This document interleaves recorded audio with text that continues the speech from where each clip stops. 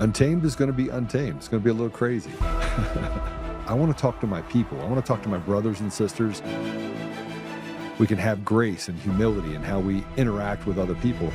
Oh, hot dog, look at you. And nobody talked about what's really happening. And let's have conversations about what truth is.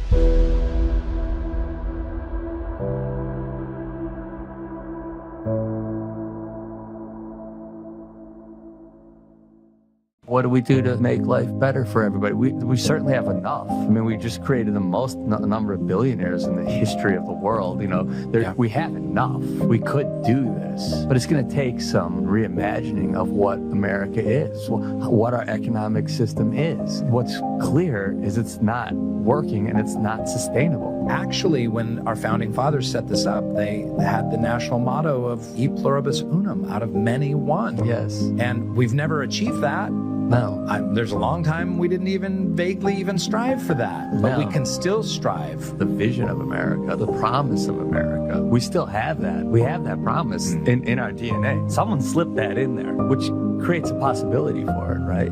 That's like the moment we're in right now. It's physics. Things have got to come to a point where there's so much movement. It's chaotic, it's chaotic, it's chaotic. Boom, up, something new comes out of it. Water to steam. There's no other way to actually change. And that's painful. It's like giving birth. I mean, birth is painful. It's dark. We don't know. It's scary. Will it ever end, you know? Welcome, everyone. And I could say the same about him, but he keeps making these clips that we're going to play because just the moronic stuff that comes out of Mark's mouth is worth it. Hi, everyone. Patrick here in chair today. Joe is traveling. He'll be remote next couple of days. So, yeah, thanks for tuning in. Thanks for joining our show today. And I hope to take you on a journey. So, yeah, Mark Ruffalo and the left typically weaponize our language against us all the time. Class is in session today, everyone. But that's what the left does. And they use the language to gaslight us and then lie about what the actual words mean. Like, what does a man mean? What does a woman mean? What does the motto once of our country, E Pluribus Unum, mean? They got the phrasing right. Out of many, one. That is correct. So the translation is correct. But their context, their history, and their understanding of where that terminology gets plugged into in American culture is where they go awry. And that's where the left always goes wrong. They misapply standards to the American way of life to create the narrative that they want to perpetuate in society, saying we've made more millionaires and billionaires out of many one, but we've never achieved that. Have we not? What does that phrase actually mean? E pluribus unum, out of many one. What did our founding fathers mean by that? When they were shifting through 250 years ago, the world that was around them, knowing that they did not want to partake in a society anymore where they lacked representation, where they had taxes mandated on them without the representation, where they had the quartering acts, where they had to harbor British soldiers in their homes, the lack of free press, the lack of freedom of speech, right? All those things were going on to the original colonists in America, where eventually they said enough's enough. And we created this government through many struggles, through many failures, through many bloodshed, to create a government in which the power rested in the hands of the people. Out of many, one. The government in line with the people. And the people come together as one. Out of many, one.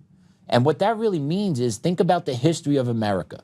Think about all those that came here before us. They were diverse. Now, if you discuss by left standards today, they'll say the people that came over to America were not diverse. They were just white people. But within that group of white people, there were different beliefs. Catholic, Protestant, Anglican. You had different nationalities as well. English, German, Dutch. You had different mindsets, different beliefs, okay, that came and settled here in America.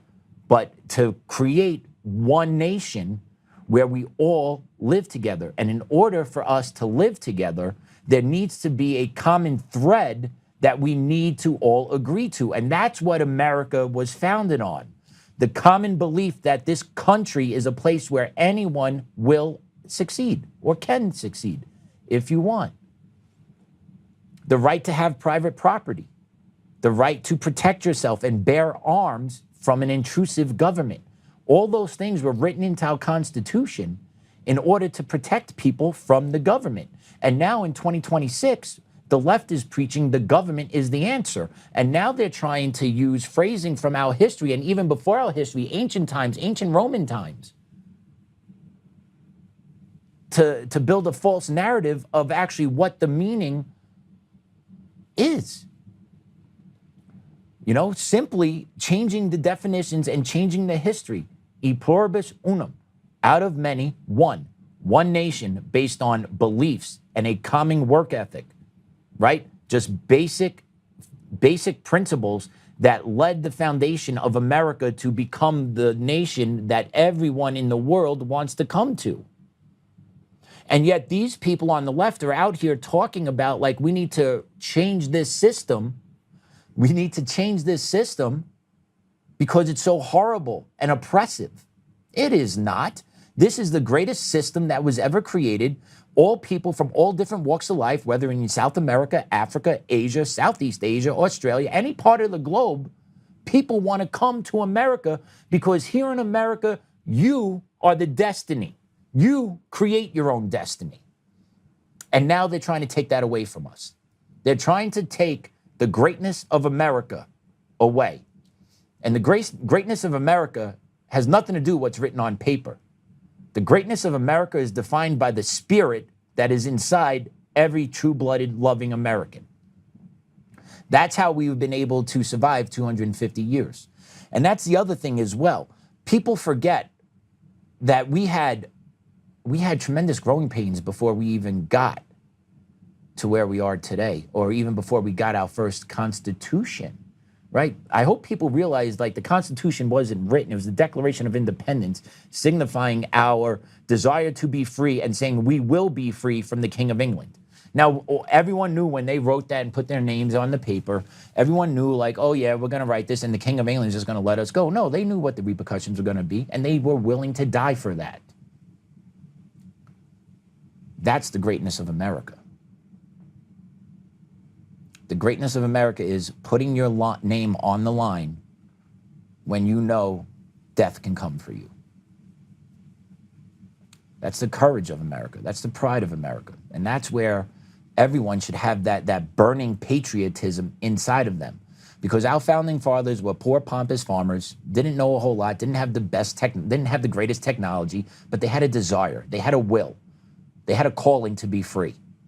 And they understood that the government needs to be held in check by the people.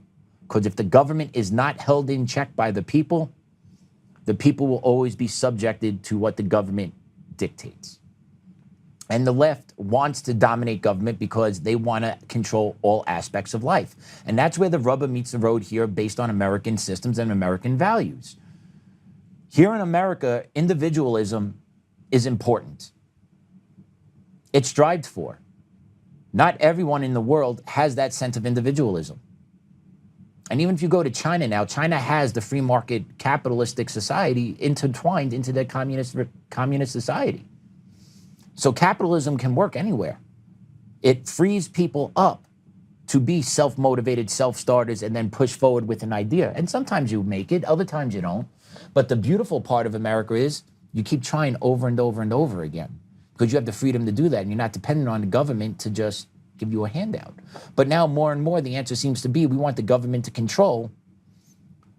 We want the government to control our aspects of life. And there's a large fraction of people here in America that want no part of that. We want less government involvement. We actually want more freedom of choice, more freedoms to move about and to discuss topics freely and to pursue our own self-interest and to provide for our families. There are a greater number of Americans that want to live that way. And then there's a small fraction of Americans that don't want to live that way, that just want the government to be their basic daddy and hand them everything because they believe that the government is the problem solver. The government's never the problem solver. The government's always the problem causer, and then they take more money to try and solve the problem. It's a never-ending cycle over and over again. And us as Americans are saying, are the ones that have been aware of this travesty of government that's been going on for at least 30, 40, 50 years. We're saying enough's enough. And the fights online, the fights are in the streets, right? The cultural wars are all being shoved down our throats once again, because at the end of the day, it's important that we stay distracted with all the nonsense here on the ground level while those up top in government continue to enrich themselves and to create more power for themselves, all by making sure we're staying in conflict with one another. And we're able to stay in conflict with one another because simply people don't understand history. People don't understand what it is to be American, and people want to change America. It's amazing. I've never heard throughout history, right? Where people going around saying, "Oh, I think we should change this way. We got to change it. We got to make it better." No, why? Because everyone back in the day for thousands of years were more concerned about safety and survival. Now in 2026, I don't know, since the 1940s, since the end of World War II, and then definitely at the end of the Cold War, there's been a sense of calmness in America, a sense of security in America. And now because of the safety and calmness, the abundant food supply we had for a long time, people started to create new problems to inject it into our culture in order to basically lead us down into where we are today. That's how it happened. If you really think about why we are the way we are today, it's because we are wealthy. It's because our society was pretty much well in line and well in order. People weren't starving in the streets. And if you look at homeless people today, most homeless people are fat. We got the most obese homeless population in the world. So how hard is life here in America? It's really not that hard. So you concoct all these shenanigans up, transgenderism, equity, critical race theory, right? And you start pitting all people against each other based on their either race, color, their sexual assignment at birth, whatever you're born in. And here we are, just smacking each other all around, all while nothing ever is really getting done. It's just the same thing over and over again. And then you have the left always talking about reimagining things. And think about what it was 6, 7 years ago. Remember we went into COVID and then everything got locked down, and then the big push was, we need to reimagine everything. We need to reimagine education. We need to reimagine policing because all these systems just simply don't work. Well, what happened when they started to reimagine policing and the criminal justice system?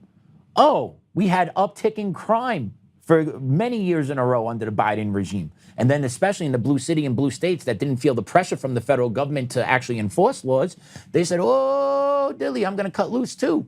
The systemic oppression has been too much in my community. And look what happened over those 4 years. Crime skyrocketed through the roof.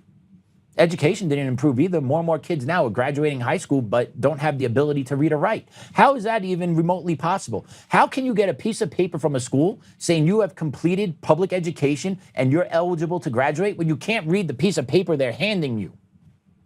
But that's public education today because we don't want anyone to feel bad.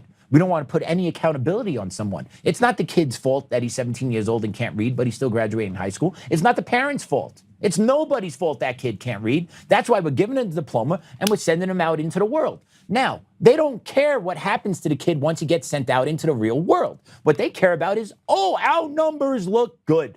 Our graduation rate is 80%. Doesn't matter that 40% can't read or write. It doesn't matter that 20% can only do math. We're graduating 80%. And we're able to graduate to 80% because we've now taken grading for equity and implemented that all throughout the public school systems in this country, where there is no accountability for grades in the school system.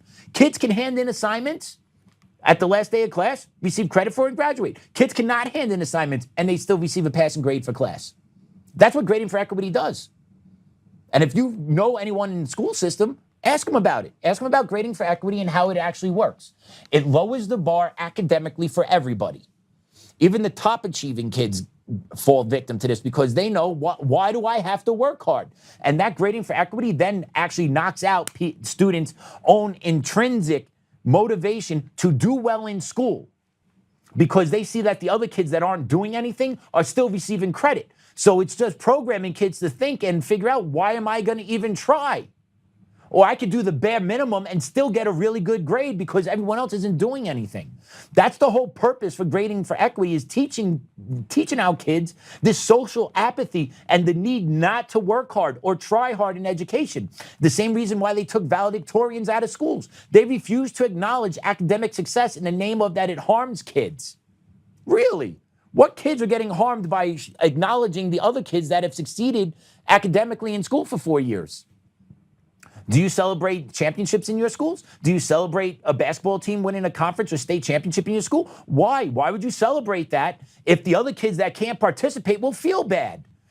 See, the hypocrisy makes zero sense, but the goal is still the same, to create an uninformed, educated populace that once they get into the real world will not be able to latch on to real jobs because they don't have basic skill set, so they will then need to latch on to the government tit. And then once you latch on to the government tit, you just call government daddy. The more and more people that are on the government dime, on the government tit, calling the government daddy, means the more power and control the government now has. Staying with me so far? Because that's where we're going. And if you haven't picked up on it yet, right, this whole push of reimagining and changing society, changing America for what it is, well, we have the poster child that's being propped up by the left in New York City. That's going to be Mamdani. And if you guys haven't been hearing what Mamdani's been talking about, you should pay close attention to this clip. Let's roll cut 2. When necessary, we will take aggressive legal action to remove negligent owners and property managers. And for buildings that have suffered chronic neglect, we will work to transfer ownership to responsible stewards.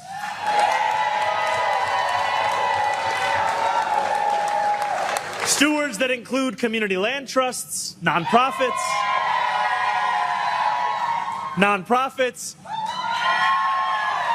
or even the tenants themselves.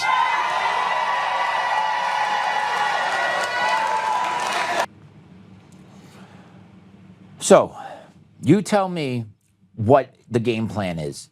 Mamdani is talking about to transfer ownership from landlords to the community, those that are abusing this, that, and the other thing. Okay, where's the framework for his plans?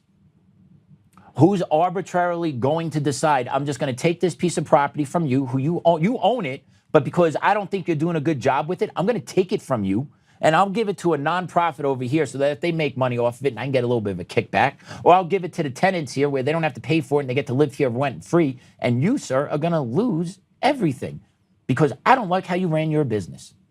Aren't there laws? Isn't there oversight? Isn't there procedures in place to rectify these types of issues going on within cities for housing units for people? Yes, there are. But Mamdani doesn't seem to really care about that because he's going straight to the throat. I'm going to take that property from you, and then you hear the happy seals in the back that go, oh, yeah, nonprofit again, yeah, nonprofit, yeah, until they come and take their property. See, this is just a framework. This is just a framework. They're talking about privatizing private property. They're talking about taking people's private property and making it their own for government.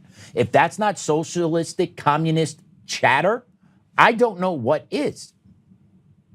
But once again, the left needs to reimagine envision what America should look like. And in their world, this is what it looks like. So then what is to stop him from escalating it up another step or two? I don't believe you apologized for your white privilege. I'm taking your house. And don't say, oh, we can't do it. We have the Constitution. Well, it doesn't matter. These people don't respect the Constitution. And then when you get into jurisdictions that don't respect the Constitution, this is really easy to happen. And even if it doesn't happen, he is gaslighting the shit out of his base on purpose to make them believe this is an acceptable answer in the American way of life. So totally disregarding the American judicial system, totally disregarding the Constitution and the right to private property, in the all mass of government, I'm going to seize your shit and give it to someone else. And you can't say nothing about it. That's not American. You cannot take someone's private property just because you want to. That's typically called theft. So I can't wait to see the gamesmanship and the wordsmanship that Mamdani and his crew of criminals that he's appointed in the mayor's office come up with to now start taking private property from landowners, from landlords, my apologies. And you know he'll do it. And it'll be interesting to see who stops him. Oh, excuse me, sorry. But at the heart of it, what he really wants to do is punish successful Americans. And if you listen to Mamdani and you listen to all these other leftist loonies that are in charge, that's their answer to everything, is punishing those that have succeeded in America, take more from them to give to others that aren't succeeding, that aren't working, that are hooked on government programs, that are hooked on SNAP, that are hooked on welfare, that are hooked on government fraud, right? It's so easy to clean all this up if we actually just focus on what it means to be an American, to be honest with you. Instilling the love of country and work ethic into people and realizing that, hey, I'm looking at my phone and yeah, this person's rich. I want to be rich too. Why can't I be rich? Because you haven't done what needed to be done in order to get there yet. And now what we see happening, which is sad in America, is you see the explosion of OnlyFans. You see the explosion of more online porn because you have a lot of these college graduates, specifically women, that cannot find jobs in the workforce. So what do? They wind up pimping their bodies online in OnlyFans. And then you have men, who are a lot of perverts out there, that will go on their phone, pay for this service, make these women rich and wealthy, all while they're getting addicted to porn, and you just see the degradation of our society continue in a cycle over and over and over again. Prostitution is the oldest business in the world. Women have sold their bodies since the dawn of time because they understand what men are. It's not that hard of a concept to understand here. Unfortunately, that's what a lot of our younger females are doing now. Late teens, early 20s, they're turning to OnlyFans and online porn to make money, because their college degree is not valuable out in the real world because their college sold them a piece of paper that ain't worth shit in the real world. You got a Bachelor of Arts degree. Great. What are you going to go do? You're going to go work at Walbombs, Home Depot? Where you going, right? A lot of these colleges don't care to actually set up their kids for future employment. They just care that the check keeps rolling in. Oh, you got a chance to graduate. That's great. Here's that piece of paper that you spend $80,000 to $150,000 on. No job. I'm not hooking up with a job. Here's just a piece of paper. Out the door you go. And then you get shoved out into the real world where you got to compete with other college graduates. You got to compete with foreigners that have been brought in here for the workforce. You got to compete with illegals in some cases, right? You just got to compete with other people that should not be here for American jobs. And then what winds up happening is the Americans are the ones that are missing the job. And how do you make money then? The easiest way to make money, because that's what people get plugged into. I want to make quick, easy money. So a lot of young women go onto online porn worlds, create an OnlyFans account, and off to the races they go. And that mentality, the apathy, the quick buck, I refuse to work. I don't want to work for 20 years until I get ahead. I want to get ahead now because I see this person over here being rich. That has infested the mindset of Americans. Where most Americans aren't looking to put that 20-year work in. They want that instant gratification now. And when you're 20, I understand it. I kind of felt the same way in my 20s. I remember being angry and pissy at the world because I want to be rich, but I understand, like, I didn't deserve to make $80,000 out of jump being a first-year teacher. Like, duh, no, that's not how it worked. Well, teachers deserve to get, no, you need to learn what it is to work your way up. You need to understand that maybe you need to work 2 or 3 jobs. Not everyone is lucky enough to only have to work 1 job in order to survive. And that's America. That's America. People have the right to decide if I want to work 50 hours. You could also decide if you don't want to work none, but those people also have now abused the system, and our government has allowed this abuse to happen. So we need to do something to rectify the system. But I want you to listen to this conversation between hearing what the difference is between a millionaire and a worker work ethic. Play cut 3. Would you like to live off $7.25 I used an to hour? work for $4.25 at Haagen-Dazs. Right. Then I And that went was and a worked very different at time. Burger King for $4.75. And how much do you make Then now? I make millions today. Then Right, I and worked that's at why Bob's you like Big Boy. capitalism, because we're not No, all making but that. The And that's difference my point. is, but a the difference millionaire is between critiquing people in poverty no, the and difference, saying my you should hope, work harder. You should work. You know, my you can hope, be lean. my We can't hope, all be it. My hope is that you believe you can change and improve. That you believe you can upgrade yourself. That's my It's belief. very, and you know what? That's what rich people like you want to keep telling us. But you yeah, can be the just like difference- me. Do you want to yeah. be like me? If you work hard enough, I'm not you can saying be like that. me. I It's don't. not I don't. very It's realistic. actually you wouldn't be able to be like me because You're you wouldn't talking work that down to hard. people like Would you us. work that hard? You don't. Would you, I'm not going to tell you. I don't have to answer would that. you, if you don't I don't have choose to measure my I don't have to measure my work ethic to be worthy. You don't have to. Then you can't be upset for others who do so. That's very powerful, because all that's being discussed within 45, 50 seconds, and there's a lot being said there. And it shows you the mindset of being successful and being captive to the system. And that lady is completely captive to the system. She's not willing to hear you could better yourself, you could work your way up. She wants that instant gratification now, claiming he's a millionaire, but she's totally dismissing the fact that he worked all these minuscule jobs before he worked his way up the ladder. And that's how it works predominantly here in America, is you got to work your way up the ladder. And a lot of it has to do with connections, having the right idea. Having a good work ethic is mainly one of them, though. Showing up every day to work with a good face on, putting a good foot forward, is one of the easiest ways to start moving ahead in society. It may not move ahead in 2 to 3 weeks. It may be 2 to 3 years, but eventually you work your way up. Unless DEI is in your corporation, and then that shit don't matter. Then whoever gets a point, oh, we're just gonna spin the wheel. Got it, okay, Jamal can get moved up now. Okay, because that's what DEI does. But it's a great conversation, great 52-minute clips of just hearing the different views and the unwillingness for her to even listen to him, because she knows she can make a better choice. She knows she can do better. And that also requires sacrifice. And that's the one thing a lot of Americans have forgotten to do, is to sacrifice, to give up on getting that food out, or giving up on buying that extra, or having to work that extra time to, make a little extra money. Like, Americans have forgotten how to sacrifice. And instead of sacrificing and having a challenge and overcoming that challenge in front of you, instead now the majority of people on the left just say government can handle that. And then when you allow government to constantly keep handling problems, government becomes so encompassing and so big that it just swallows the whole system. And we've seen this over history. And that's why our founding fathers wanted a way to prevent government from becoming so big. But the societal pressures and the outside influences now have created a dystopian society that our founding fathers would look at and probably keel over from seeing, like, wow, this is what they become. We handed them to the Lamborghini and then they crashed it into the wall. Yeah, I could see a lot of our founding fathers just like, what is going on down there? This is not, we went off the rails. We went off the rails a while ago. This is not how we were destined to be. But the beauty of this country is we can always change it to what we want it to be. And that's going to require a lot more work, a lot more involvement, a lot of grassroots, a lot of community building.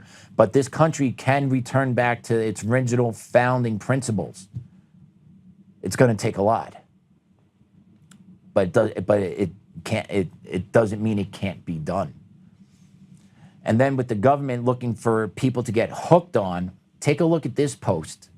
78% of single-parent families are headed by women. In the U.S., 12.4 million single-parent households are led by women.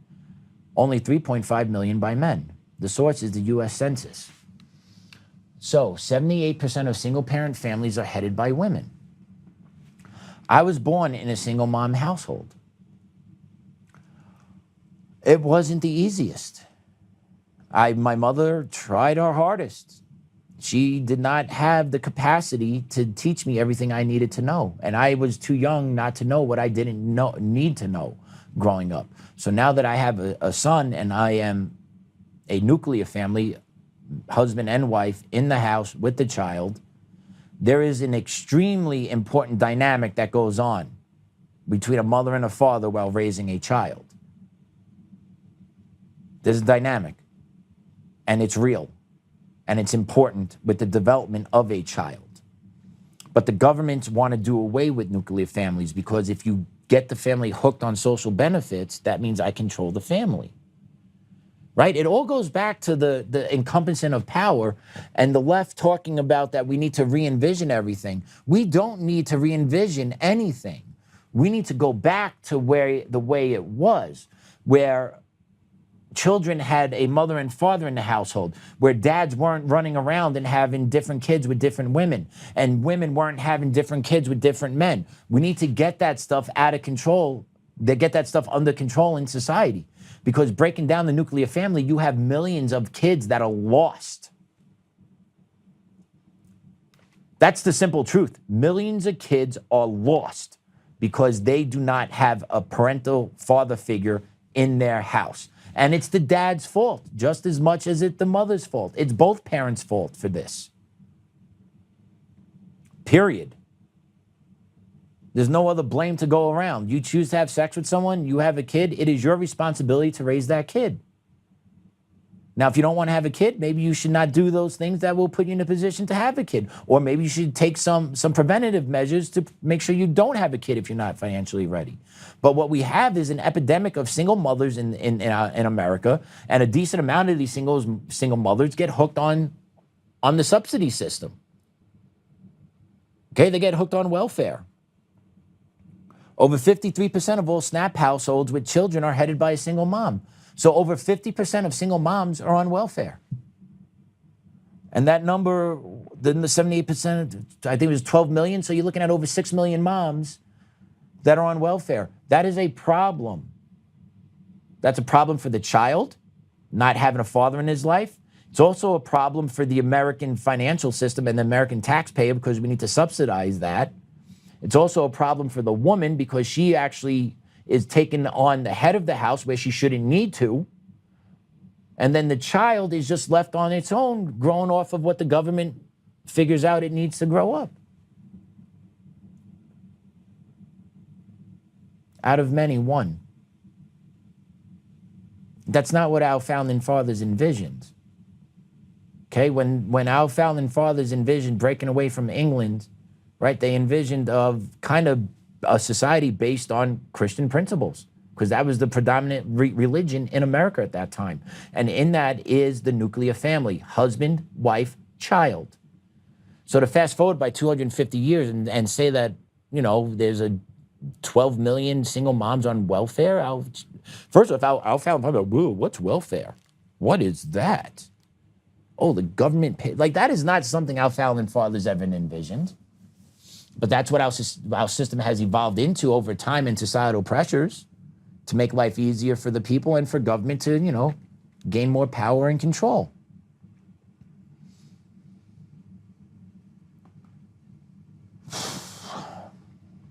So yeah, single moms in the household. So raising a child becomes harder. Providing for that child becomes harder.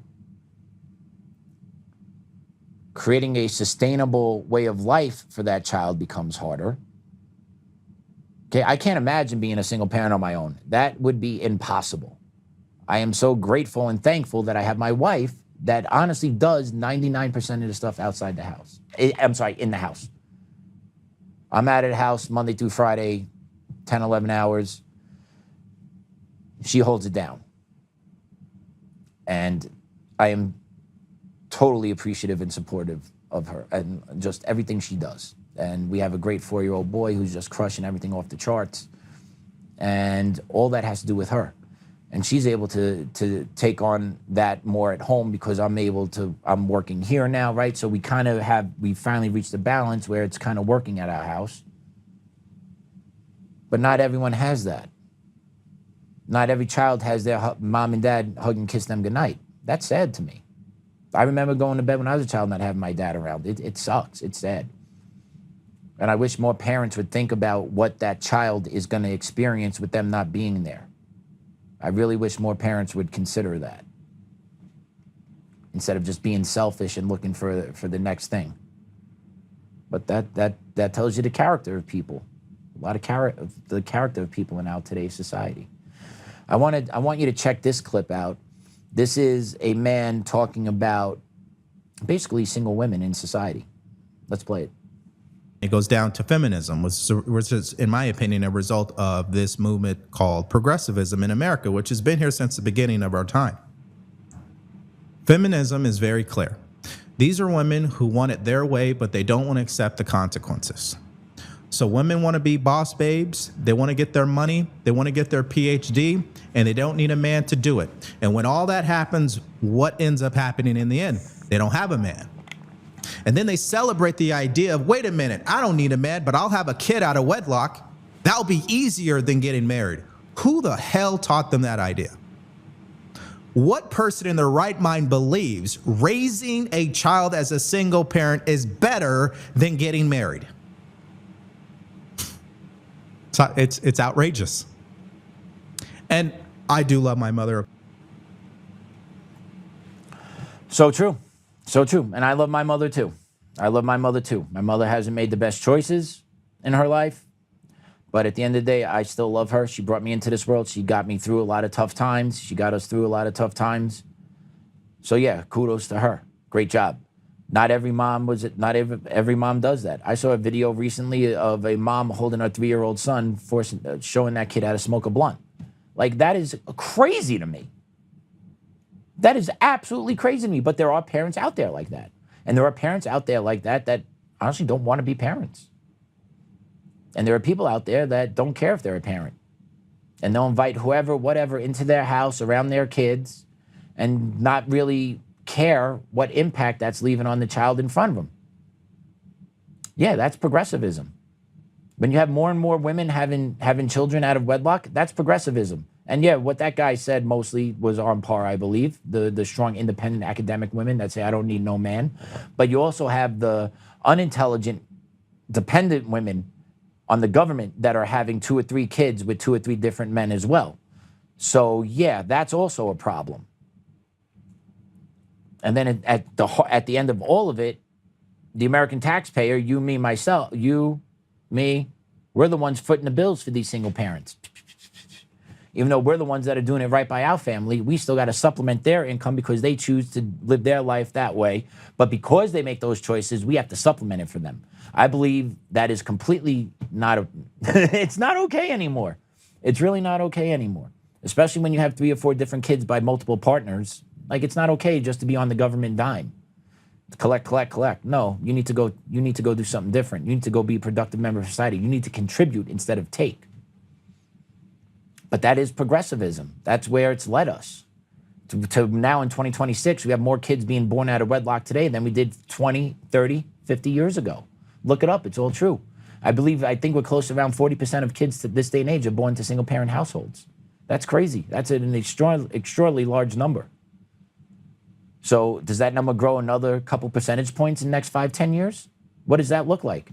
And then what's the societal effects of more and more kids being born out of wedlock without having strong male figures in the household to discipline? Okay, mom's discipline, but it's different when dad does it. And that's just the reality. That's the truth of it. I'll tell you what you get. You get the teen takeovers. We talked about it recently, but you get these swarms of children that do not have a moral code built into them because they were not raised by their parents. They're a product of the school system. They are a product of the streets. This is what happens with the teen takeovers at the beaches, at the malls. You get violence, you get people getting hurt because these teenagers have not been taught right and wrong. They have not been held accountable for their behaviors, if not ever. So they think whatever they do is all well and good. And you know what? I can do this because this nation sucks. Because that's what they're taught in the school system, that this nation is systemically oppressive and racist towards me. So I do have the right to act out. And that's the problem within the school system, is that the school system is there perpetuating these lies to kids, gaslighting these kids, and setting these kids up for failure. That's what the school system's doing. And while the school system's doing all that, they're also locking parents out, trying to hide gender transitions from kids, hiding gender transitions from parents, hiding what bathroom kids use to their parents. Tell me what states do this, by the way, and what cities? That's right. the blue ones, the ones that want you to reimagine America, the ones that lie about what out of many one means, the ones that have a false understanding of history, the ones that weaponize language against us, those people. Well, take a look at J.S. Levin from America First Legal giving her take on the school system and children. These are my kids. Like, you're trying to take my kids. You're basically saying, school door opens, bye-bye, mom, bye-bye, dad, we're in charge. And when they get them, kids are at school how many hours in a day versus when they're home, even if they're like home for dinner and whatever. The school has your kids for the majority of their day in and day out. So this is like, for them, this is like the perfect environment to take their minds and to say, there goes the value system, because you don't have this nuclear family to balance out these crazy thoughts. And once again, the nuclear family balances out the child, because the conversations you could have at home with your family can undo the damage that's being done in the school system Monday through Friday, 8 to 3, 8 to 4, 5 days a week. But if you don't have that family footing at the house, you don't have a chance to undo the damage that's being done in the school systems through indoctrination, through restorative practices, through social activism, through false history and narratives being taught to kids, through the introduction of trans into the school system, the LGBTQ movement in the school system. You can't fight against it. And that's what the school system is doing to this slew of millions and millions and millions of kids that go through it every year. And they know they're not going to catch them all, but they're trying to catch 15 to 20% every year. I guarantee it, because those numbers add up over time, right? They're not trying to win this battle all in one, right? It is a long march. Progression, progression, progression, progression, progression, progression. That's why so many people are opting out of the school system as well. Around 20%, I think, around the country is opting out of the public education system, because it is just lunacy. Because the public school system believes they have the right to dictate how they raise your child. It's crazy what the public school system believes they have the right to do. They believe that they have the right to hide information from parents about their kid. And this is what really blows my mind, that there are school districts all over the place that are hiding social transitioning from parents that kids are doing at school, you know, changing their pronoun or their name. I don't want to use my dead name anymore, so I'm going to be Sammy today. And then they don't tell the parents what's going on. But yet, when I was a dean in school, I had to call a parent anytime I had a kid out of class. So I don't understand why this shit is allowed and actually approved by school boards and school districts to hide things from parents. As a dean, I had to call a parent if I made a kid miss 5 minutes of class. But as a school, I don't need to tell a parent that Sally's in the boys' bathroom, or John's showing up in a furry costume today, or Claude asked for a kitty box in the corner because he showed up with cat ears. No, all that stuff needs to get hidden. But if you call Johnny out for 5 minutes, though, you gotta call him. You gotta call mom. You gotta let him know. Gotta let him know they missed class. Yeah, but John also wants to use the litter box in the classroom. No, they don't need to know that. Oh, got you. And that's the mentality of it, right? And parents are tired of it. And conservative teachers in the school systems are tired of it as well. But the problem is, if you're a conservative in a lefty loony town, you can't say shit. They'll fire you. Plain and simple. You can't say anything. Don't question anything, because school districts believe that anything that comes out of your mouth between the time of your employment, from the time you work to the time you leave, I own you. So if you say something I don't like, I will fire you. And if you don't believe that, just listen to the oral arguments from the 10th Circuit on Cherry Creek, and they actually admit it. They actually admit it, that I will fire you if I don't like what you say. It's against our school district's best interests. You can't compartmentalize loving America and work with children. That's what the Cherry Creek School District believes. That's what every school district that preaches equity believes. That's what happens to conservative teachers in the public school system if you live in a blue city, blue state. Total government control. Do they want diversity? I don't think so. They don't want diversity of thought.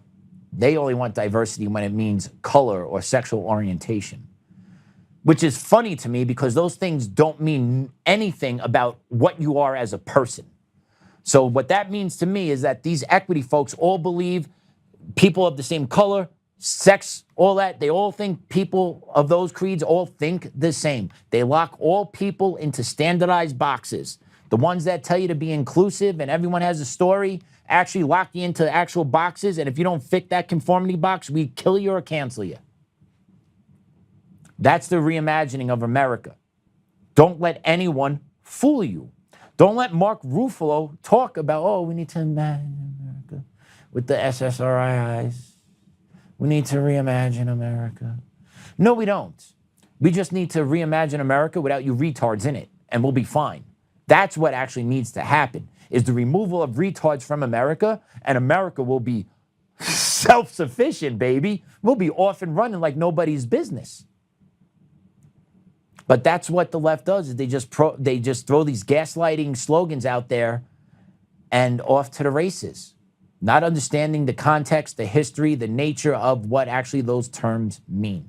Once again, out of many, one was the belief of bringing everyone into this country from all different backgrounds into one country. But what do you think is needed in order for something like that to happen? To have different groups of people to come together to live in one country. You need to have a shared culture. You need to have shared beliefs. You need to have a shared language. And slowly over America's soon-to-be 250th anniversary, all that's been taken away. We don't have a unifying language. We don't have a unifying culture. And we don't have borders. Well, borders are coming back. We didn't have borders for a long time, right? But because of all that, our fabric of American culture got ripped apart. Where if you believe America is the greatest country ever, you're considered a racist.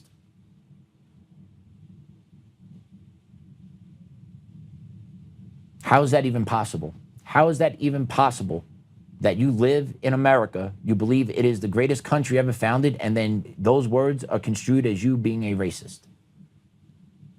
That's how far we have gone, and that is what the left has done to us. And I'm telling you now, more and more people need to actually start standing up and speaking it out, because courage is contagious. My wife got on a kick over the past year buying me all these different shirts because she knew what was going on. She knew I was in a dark spot. She knew I was not doing well mentally. She understood that. She knew what was going on. And to her credit, she was beyond patient with me. She is still beyond patient with me. But we saw some dark times over that year plus when I didn't have a real job.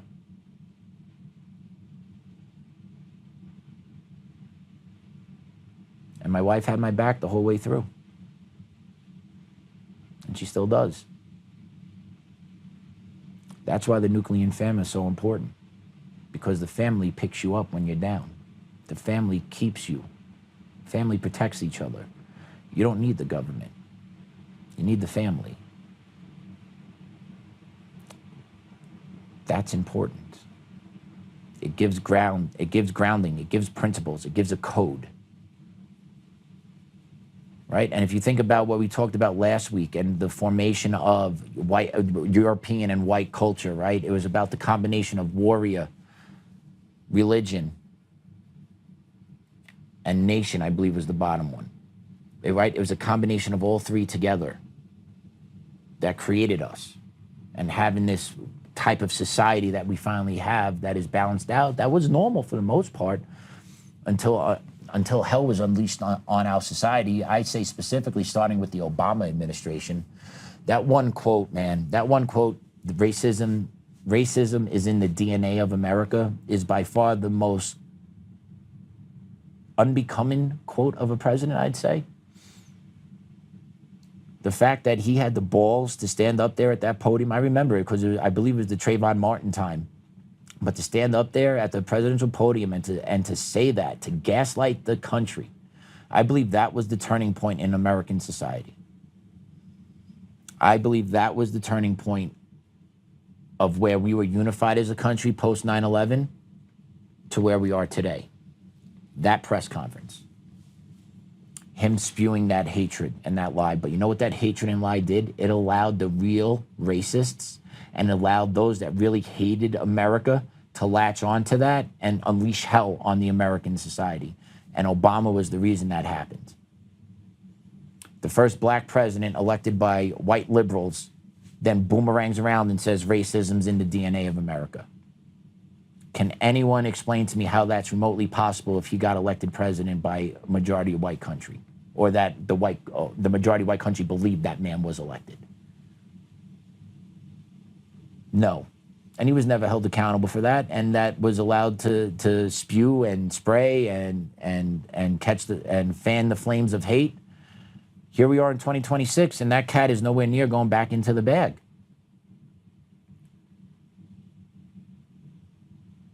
But yeah, so how out of many do we become one? Well, we need to get back to our unifying culture and the belief that America is the greatest country ever founded. And if you can't rally around that, I don't know what else you could possibly rally around for America at the basic primal level. Because everything else that America has to offer comes from that one thing, that we are the greatest country ever founded. And if we weren't the greatest country ever founded, please show me the migration numbers to every other foreign country in the world and show me what country takes in more foreigners than we do. Show me what nation gives more foreign money to other nations. Show me. You can't. We lead in both categories because we are the greatest. But we are also under attack. And just because we've been here for 250 years doesn't mean we're going to be here for another 250 years. Right? We all need to be aware. We need to be active. We need to be vocal. We need to get involved, meaning running for local school board, running for local office, calling up the local radio show and getting your voice out there from time to time just to stir it up a little bit. Those are all things Americans can do to get into this fight. But we're gonna go take a break, and we come back. We're gonna talk a little bit more about our society here. So stay tuned. We'll be right back.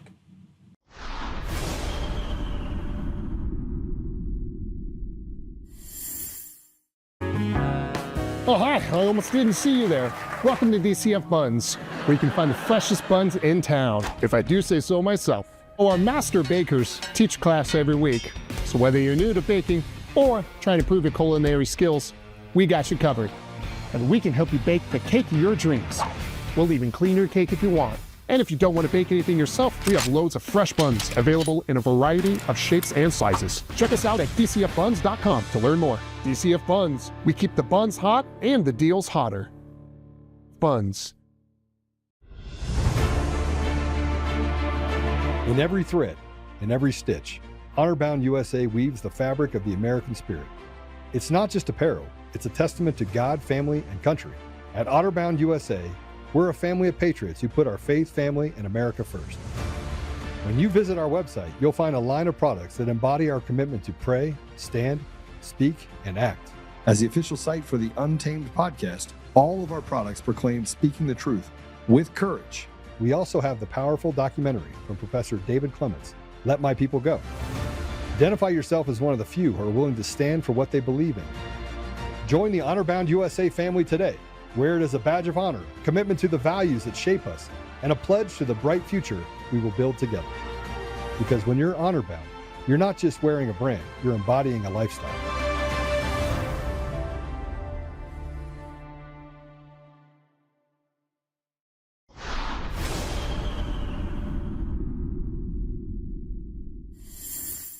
Widespread fraud against our benefits programs. Our benefits programs and our whole society was designed for a high-trust people. The American people rightly expect that their fellow citizens will deal with them and with the government honestly and fairly. That's why for up until the last decade or so, shelves in our grocery stores and our pharmacies were open and readily accessible. We weren't accustomed to seeing security guards outside of banks or jewelry stores. We didn't have to worry about organized retail theft or industrial scale scammers of the type you all protect your citizens from every day. nor did we have to worry about piratical fraudsters raiding our benefits program. But sadly, that is no longer true. It's become clear that huge groups of people in this country are taking advantage of our longstanding culture of trust to enrich themselves at the expense of the American people. I think a brief example would be illustrative. Just this weekend, I was shopping at a big home improvement store to buy a drill to do some home improvement. And I had to hit a call button and wait 15 minutes for a sales associate to come unlock a steel cage and a steel padlock to get access to a drill. It's why deodorant is now locked behind plastic windows at pharmacies. It's why security guards are seen at every store in America. The social trust has evaporated and people are taking advantage of it, and the same is true with our federal benefits programs. Huge segments of the population have decided to take advantage of this generosity and trust of American citizens through deception and fraud, and billions of dollars each year leave our programs into the hands of pirates, fraudsters, scammers, and gangs who treat American generosity as little more than a get-quick-rich scheme.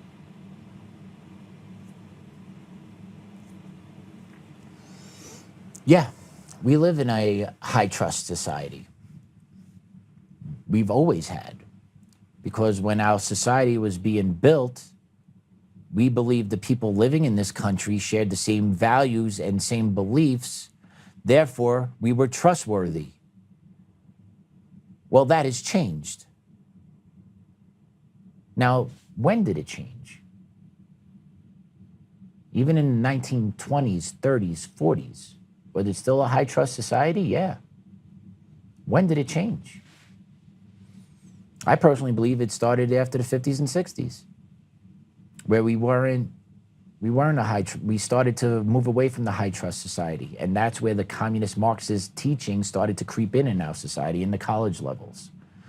Because the old communists fled Eastern Europe during the 1930s and 40s, got assigned jobs or got appointed jobs by our government in the school systems, and they were then unleashed communism within the schools in the 40s, 50s. And that's why you had the 60s, the hippies. That just didn't come out of nowhere.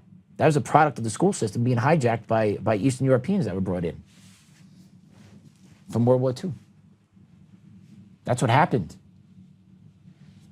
right? And then that's when our society really began to change and societal trust started to go away. Even today, I drive around out here in Colorado, we have big power stations surrounded by just a chain link fence. You could easily drive a car through that chain link fence and blow up these transformers that will take out power for miles. I wouldn't be surprised if that happened. But when we were building those, the thought never was our own people are going to attack these power. Like, that was never a thought process. But now it is. Domestic terrorism is a thought process. We have foreigners that come into this country that hate this country, that want to do damage to this country. I've never seen anything like that before. What sane individuals move to a foreign country in order to destroy it or to take it over from within? What sane individuals do this? None. But we here in America know this is happening, and we facilitate it. Our government facilitates the bringing in of people that hate this country into our country. Oh, no, we're not racist. We're not racist. We're bringing them in. Oh, they hate us? 200,000 more, please. Just to prove we're not racist. Bring them in, bring them in, bring them in. And look what happens.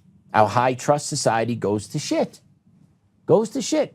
Summer of Love, 2020, the riots, the burning buildings that were mostly peaceful. What did that wind up leading to? More looting, more theft, more stealing. The lack of law enforcement arresting shoplifters. What did that lead to? Led to the locking up the power drills behind the grates. Led to the locking of deodorant up at the store. Our high trust society got withered away because of the teachings of the communist school system and of the importation of people that don't want to be here for the good reasons. People that wanted to come here to hurt this country, to take from this country, not to actually give to this country. That's how we've gotten away from our high trust society, because being an American and believing in American culture and value has been eliminated. Nah, yo, that's mine. I gotta have that. What? Illegals need new cell phones as soon as they come across the border. Why? Why? Oh, because you like doing them now. Oh, we do the right thing all the time. Got it. Yeah.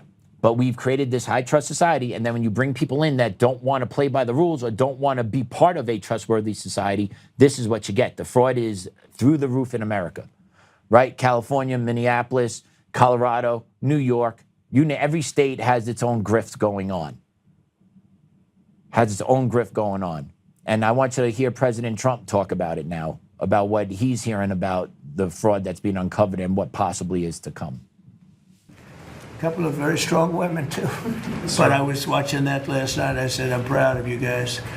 In 2 months, we've exposed tens of billions of dollars of defrauded taxpayer money, prosecuted numerous fraudsters, Todd, and stopped billions of suspicious payments, very suspicious. Oh, you haven't seen anything yet? Well, you see, I'm getting reports from Todd, from JD. I've never seen anything like it. The kind of, just hundreds of billions of dollars was stolen. And no other administration would do what we're doing. Just let it go. Everybody was getting rich. And I think we have a chance to save Social Security without doing anything to it by just the numbers of fraudulent. So everyone keeps saying there's billions and billions of dollars. How long has the fraud been going on? Where are the major arrests happening? And I'm not talking about these immigrants that, oh, I'm just going to get lucky and figure out how to set up the system. No one believes that these immigrants set the system up on their own. We need to get higher arrests all the way up the chain. If that includes Ilhan Omar in Minneapolis, let's cuff her up. If that includes Obama, let's go. Enough is enough. We want the arrests. But Trump is also talking about how they've had billions and billions of dollars saved. I would love to see an itemized spreadsheet out of the government. I want to see exactly how many billions of dollars in all these different NGOs or these different groups, how many billions of dollars were saved, who was responsible for facilitating the fraud, and the arrest made. You could get that together in a five-cell spreadsheet. I want to see that. I think the American people deserve to see that. The fact that you're talking about hundreds of billions of dollars, when do we get that back? When do the American tax people get the rebate check for all their tax money that's been taken and defrauded? When does that happen? Does it ever happen? No one's talking about that. No one's talking about where the money's going or how it's being recouped and where is it going. Trump's talking about, oh, we may not have to touch Social Security. I heard Stephen Miller recently say, oh, we may be able to balance our entire federal budget if we get rid of the fraud. Let's see the actual numbers. I want to see how bad the fraud actually is. And then I want to see those that actually allowed the facilitation of the fraud to occur to be arrested as well. Because you are, in fact, defrauding the American people. And you are actually making our lives harder. Because you tax us and then you defraud us. How the hell can we ever possibly get ahead here in America? And yet you want to trust the government, the one that has enabled this fraud, to take over the economic system in America so that everyone's treated fairly? Are you out of your minds? Are you that shot? Are you that stupid that you believe that is an appropriate solution to the answer of how to go forward in America? It's the opposite. It's called government get out of the way, let people go to work, let people drive, let people be innovative, and get those that don't belong here out of the way. Because all that does is clog up opportunities for the Americans that are here, that deserve the opportunities, because being born an American is a privilege. I'll tell you that. Being born in America is a privilege. That's why so many illegal aliens come over to America and then have their kids here. Why do they do that? Why don't they stay in their home country and have their children where they are? because they know, we all know, that America offers the better path forward for everybody, regardless of race. But yet the left is the one that tells you, this country is the systemic racists.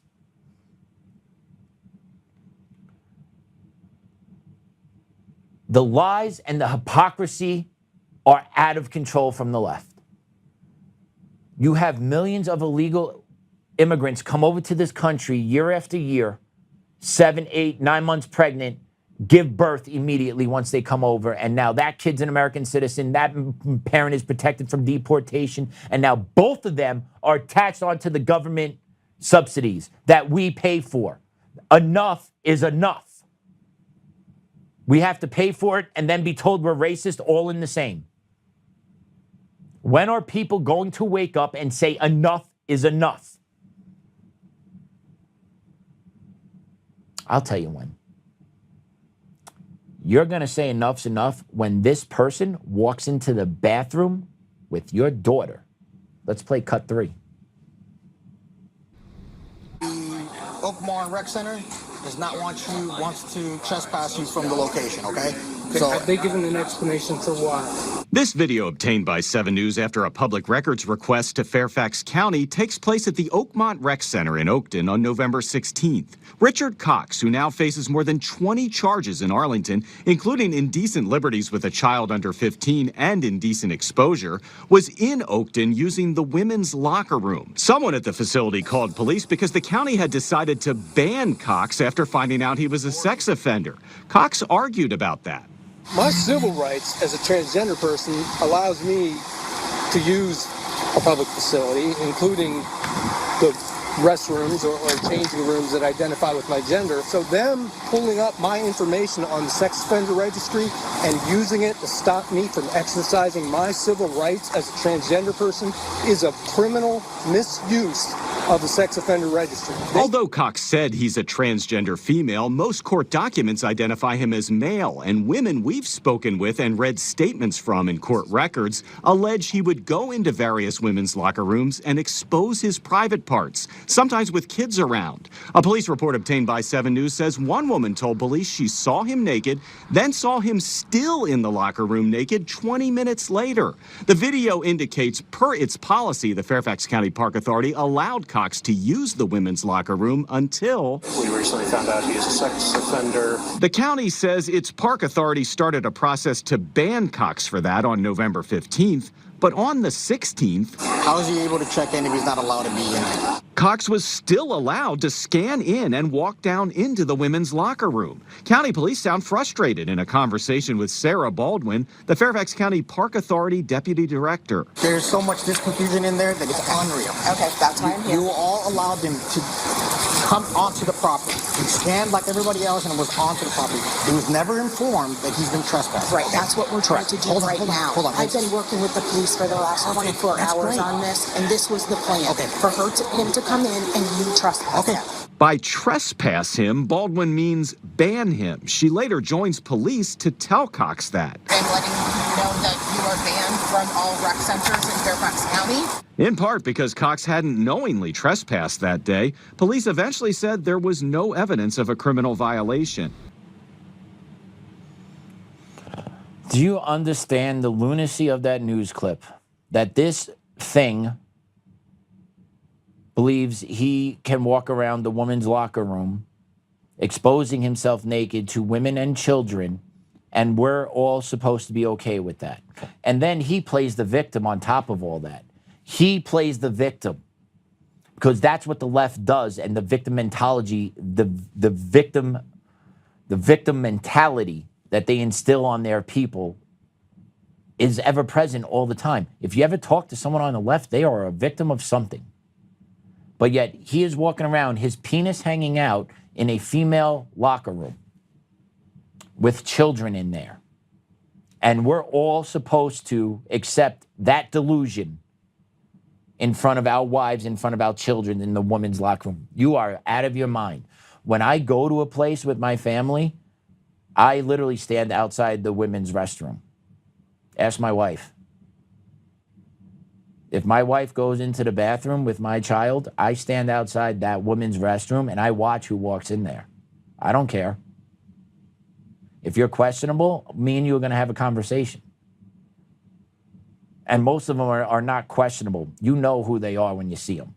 They got the 5 o'clock shadows. They have the bulge in their pants still, even though they pretend they don't have a penis. They do. They got the goatees.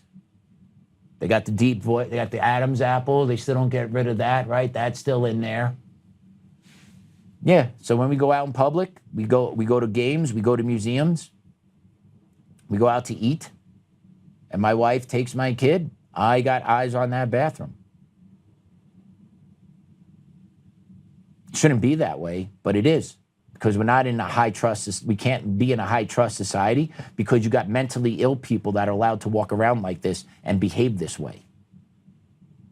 And then people wonder why violence against trans people, it's up. It's up because shit like this happens and it needs to be corrected on site. Just like if you're at a bar and you're drunk and a guy hooks up with a tranny, you may not know. But then you figure out a little bit later that, oh, that is a tranny. Something happens. Something happens. Something's going to happen. Because men don't like this. Men don't like feeling their wives or children are victims in bathrooms. Men don't like being misled out in public. So yeah, there will be acts of violence that occur because society is correcting itself. That's the reality. If our government officials aren't going to do it, the people will. And that's why that happens, because people, I have no recourse. My wife just got flashed in the restroom by a dude, and you're telling me that dude, no, he doesn't. I'm going to kick the shit out of him.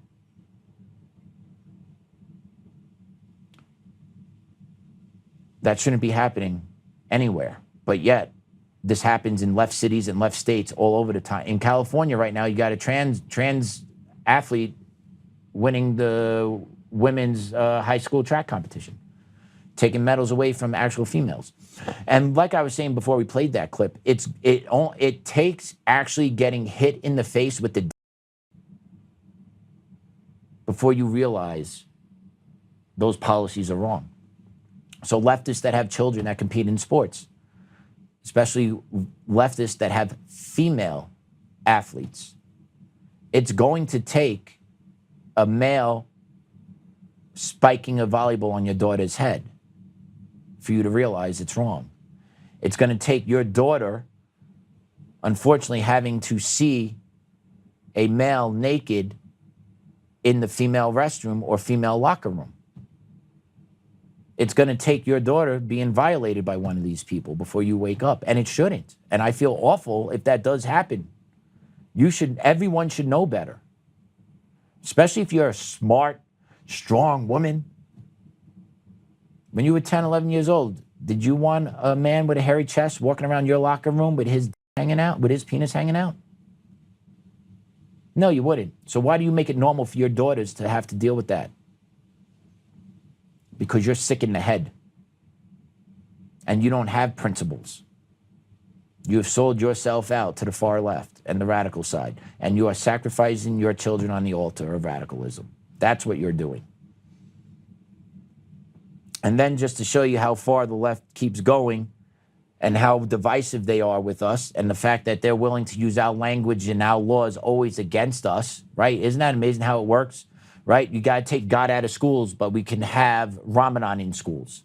We got to make sure we take the Christian element out while supplanting it in with the Islamic element, because we need to make those kids feel inclusive, all while making our Christian brothers and sisters at school feel excluded. But take a look at what California Democrats are introducing that's going to take someone's legal status into sentencing. Play cut 4. California State Assembly member Carl DeMaio here with yet another bad bill alert from Sacramento. This one would give preferential sentencing treatment to illegal immigrants. In other words, citizens would be judged harsher than people here illegally. It's Assembly Bill 2669, and you should Take a look at it, because it says when a prosecutor is deciding whether or how much to charge an illegal immigrant, that they are now going to be required to take into account the possible impacts it might have on the illegal immigrant if they're charged with the crime as it relates to their ability to stay in this country. Insane. It's a double standard on justice. You do the crime, you do the time, people should be judged equally. And this is so offensive because it literally punishes citizens in a harsher way than people here illegally. Contact your legislator and say justice should be blind, equal protection and punishment under the law. Say no to Assembly Bill 2669. There you go. But the Democrats are making it well known there are two standards of law. There's two standards of justice every which way. There's a standard of justice for the white population, the white Christian population, and everyone else over here. That's all it is. And if you didn't catch that, listen to what this is doing. It makes prosecutors consider avoiding adverse immigration consequences like deportation as one factor in plea negotiations. It also argues that defense counsel to advise non-citizen defendants about immigration and consequences. It requires prosecutors to meet and confer with the defense specifically to try to avoid adverse immigration consequences of a plea, conviction, or sentence. If you came into this country illegally and you're still committing crimes, why are you looking as a state legislature to still keep those people in your state? Who is more important to you? The criminal illegal alien who is a reoffender, or the American taxpayer that is paying your salary with their taxes every 2 weeks? The American citizen is the inconvenience here, not the illegal immigrant who is not contributing and is breaking laws and persecuting citizens in the state. No, he's the golden calf. He needs to make sure he gets held up more. You American, down in the corner, down in the corner. Right? They're looking at creating a rebutable presumption of a violation if the defendant shows that they propose an alternative plea and sentence, even a more serious offense. But that would avoid immigration issues, and the prosecutor rejected it. So now what they're doing is they're forcing the judges to not listen to what the prosecution wants also. So they're looking to give the judges the carte blanche to, like, oh no, you're a legal immigrant? No. You're supposed to get 5 years? No, you're going to get 2 days. Right? They're creating an imbalance of the system on purpose. Out of many, one. Out of many, one. One what? One nation where we're all treated equally and fairly under the law, regardless of our background, our creed, our race?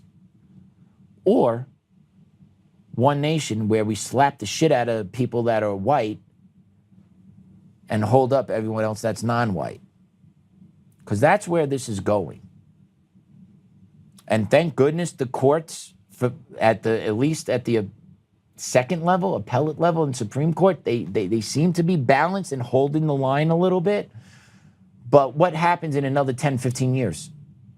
When the judges at the appellate circuit now start to retire, and the radical wave of the Obama-Biden regime start getting moved up. Our judiciary in the federal level is a major problem, and things need to start happening to remove woke judges from the bench. They need to get impeached, because you cannot have a judiciary that is based off of radical, extreme ideology instead of constitutional principles. And that's what we need to keep this balance of our country within the rails. And that Constitution gets eroded more and more and more every time a radical leftist judge gets appointed to the bench. Happened in my case. You had a magistrate judge, Scott Valhalic, who didn't know shit. Then you had Regina Rodriguez, a a daughter of immigrants to this country that became a federal judge, right in the paperwork that I needed to affirm the systemic oppression and the experience of what people of color go through. Okay, these are the mindsets of what's sitting on the federal bench. These judges are determining rules on determining outcomes on civil rights, viewpoint discrimination, things that are extremely important here in America. But if they are biased and if they are tainted, they are going to run roughshod all throughout the judiciary, and the judiciary is the only way that Americans can rectify the wrongs in society. And if you do not have an impartial judiciary, if you don't have a judiciary that's just calling balls and strikes, but you have a judiciary that's putting its thumb on the scale to make sure their ideology wins in the courtroom, even though it's wrong and illegal, we're gonna lose this country. So once again, there needs to be impeachment proceedings on any leftist judge that is proven to be anti-constitution. You could have different views, but once you start putting written opinions out there that show your disdain for America, that's an impeachable offense if you're a judge, because you cannot remain impartial if you are putting your personal feelings into your opinions. Those opinions need to be written according to law. And if you don't look any further, look at the retard DEI hire on the Supreme Court. She gets smacked down every time she has a dissent. She takes dissent on by herself because she is so warped. We cannot have more people like that on the federal bench. The federal bench is where we need to concentrate our efforts into regaining control over the judiciary, to making sure we have a constitution still in line. Because the judges are supposed to respect the Constitution. But these woke judges don't respect the Constitution because they believe in their mind the Constitution is systemically oppressive and racist, and they know better than what the Constitution does. That's what goes on in our court system, and that's what needs to change. Otherwise, if we don't fix the court system, we're done. And it's not spoken about enough on the right. Speak about the culture war, people talk about Trump. A universal message from the right should be fix the judiciary. Jim Jordan, you're in charge of the judicial board on the government and in the legislature. Judicial oversight, there we go, Judicial Oversight Committee. Start doing some damn work. What are you doing to get radical left judges off the bench? Nothing.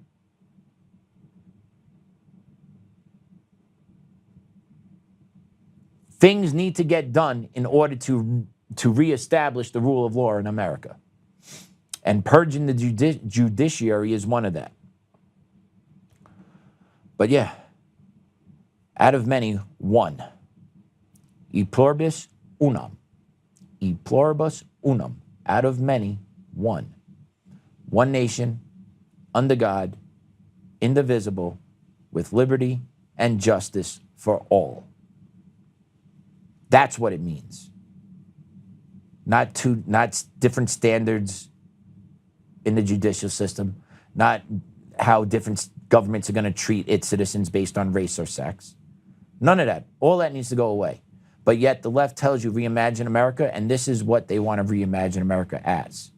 They want to reimagine America as a socialist Marxist society where white males are put down at the bottom and everyone else runs roughshod over them, while the white male continuously pays taxes and entitlements to those that hate this country and want to change this country. But yet no one says what they want to change this country into. They say, oh, we could do better, we could do better, we could do better. Haven't seen it. Have not seen it. Who is one of these days, patience will run out and things are going to pop off for reals. And then there goes Jeff, sooner than later, please. Yeah, I know, we feel it, we see it, we know it, we smell it, we taste it, we live it.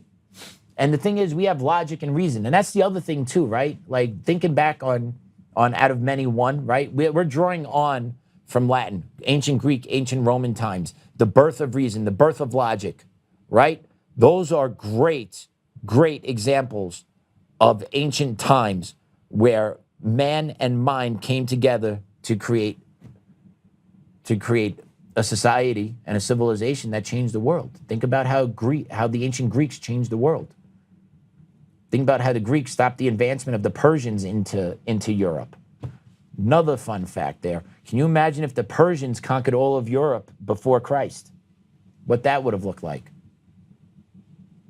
How about the French stopping the Muslim advancement in 730 in France, 732, I believe. Imagine what would have happened if the Muslims ran roughshod through Europe in the 700s and 800s, conquering Europe through the Middle Ages. Would we be here today? No. Would I be speaking Islam? Probably. Maybe not. I probably wouldn't even be born. But yeah, just think about all these things that have happened in history to allow us to get where we are today. And now what do we do with that? And how do we seize the moment to elevate this country further? We don't want to destroy it. We want to elevate it and make it better and take it further.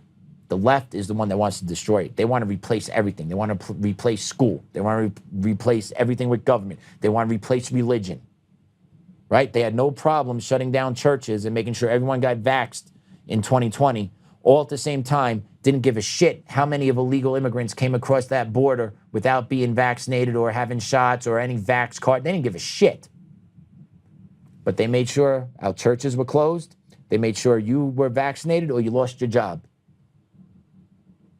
Out of many, one. We need to get the retards out of this country. We need to purge this country of this woke mind virus and reestablish the greatness of America. Nothing can stop this country if we ever get back on the same page. Hopefully we do. Hopefully we do. And with that, I'm going to pray us out. In the name of the Father, Son, Holy Spirit. Amen. Dear Lord, thank you for the opportunity to sit in the chair today and have my therapy session with our listeners. Hopefully they took something from this today as well. Dear Lord, watch over Joe the next couple of days as he's out of state, handling things he needs to take care of. Make sure his travels are safe. Dear Lord, please touch our leaders. Bring some good, loving patience. And touch our citizenry as well. Please wake people up to your loving, loving touch, God. Bring them back to reality and the warmth and love of you. And let's tone down the rhetoric a little bit, Lord. Let's find a way to tone it down on our side too, to kind of reestablish a balance here in America that we can move forward with and hope, and that we're not always at a fevered pitch against each other. We need to start healing and working together to make this country work for everyone, Lord. And Grandma, Grandpa, Dad, nice to thank you for being here today. Thank you for being with me always. Love and miss you guys every day. Our Father, who art in heaven, hallowed be thy name. Thy kingdom come, thy will be done, on earth as is in heaven. Give us this day our daily bread, and forgive us our trespasses, as we forgive those who trespass against us. And lead us not into temptation, but deliver us from evil. Amen. In the Father, Son, Holy Spirit. Amen. All right, everyone. Thanks for tuning in. We'll be around tomorrow. Class dismissed.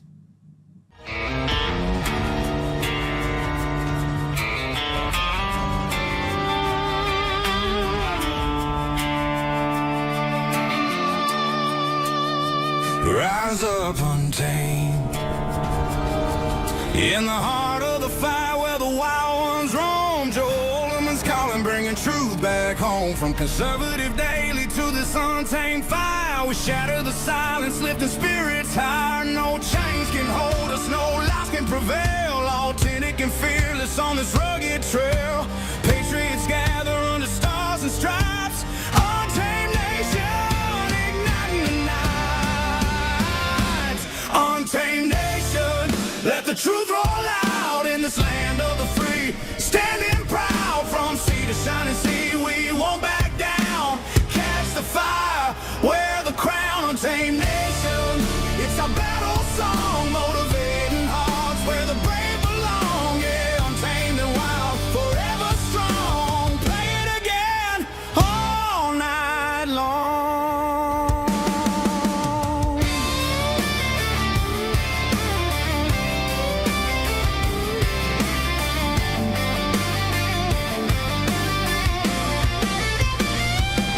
Break the mold, chase the real, no more games, time to heal. Joe's voice leads the untamed crew. Truth matters through and through. Untamed nation, let the truth roll out.